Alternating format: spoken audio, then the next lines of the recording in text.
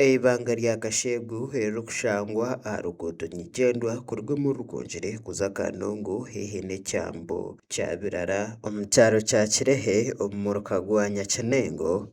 Eibanga eri riine amaizi maingi kuruga omu rufunzo rw'omu Kishenyi kushuka omu kyambo kya Birara.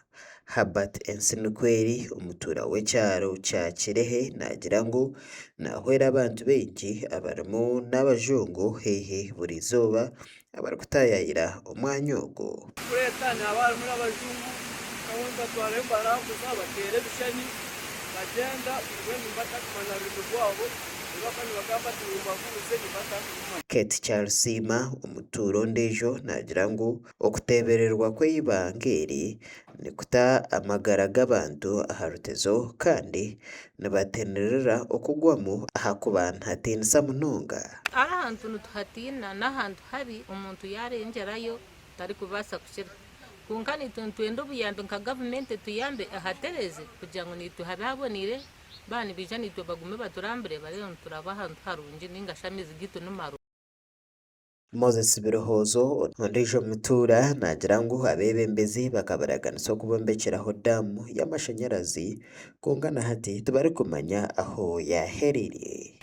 Aga amaizi aga tukaba tureeba abantu baija guma nibagarambura bageetororamu hati omuheru gwa yoona tuura nibatugira ngu aga amaizi nigarugaho nibenda kukoreramu ki edamu y'amashanyarazi.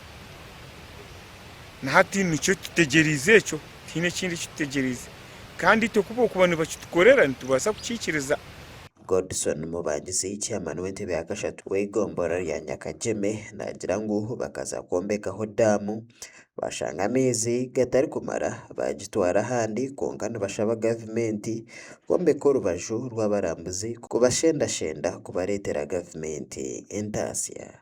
Twineho omwanya nigushaba Kashegu river aha amaizi gakuhimintika kuruga aha mabaare gakeshuka omu mufurege gavumenti ekayenda kwombekaho amashanyarazi damu kwonka twashanga amaizi agakuruga omu Kishenyi kushuumwa gasya obwire bwoma niho ekitongore kya Pago kihingurize ngu damu bagyombeke ife omu kyambu hatari ahari Kashegu kugira ngu amaizi obwire bw'omushana nibwoma.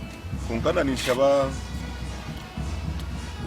ofisi ya tourism ari Rukungiri district local government ubundi eije erambura omwanya ogwe ebaase kugudevelopinga bombekeyo cottages.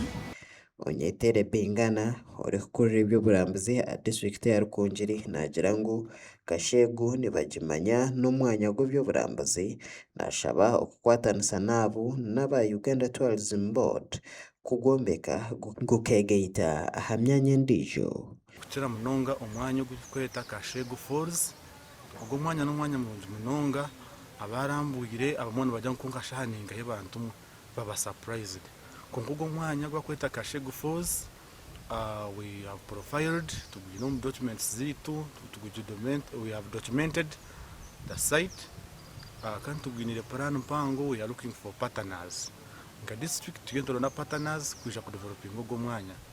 Ekyakabiri nka district we are planning to have a documentary for all the tourism sites we have, especially Kashegu Falls kubantu kureba gwine a lot of potential muri Rukungiri district no mu South Western Uganda because ogwo mwanya abagure bano bajya nkungasha no Rukungiri so ni nyeta partners kuija bakakwatagana na district tukadeveloping ogwo mwanya ni shababa Uganda Tourism Board taking over this site also to market it.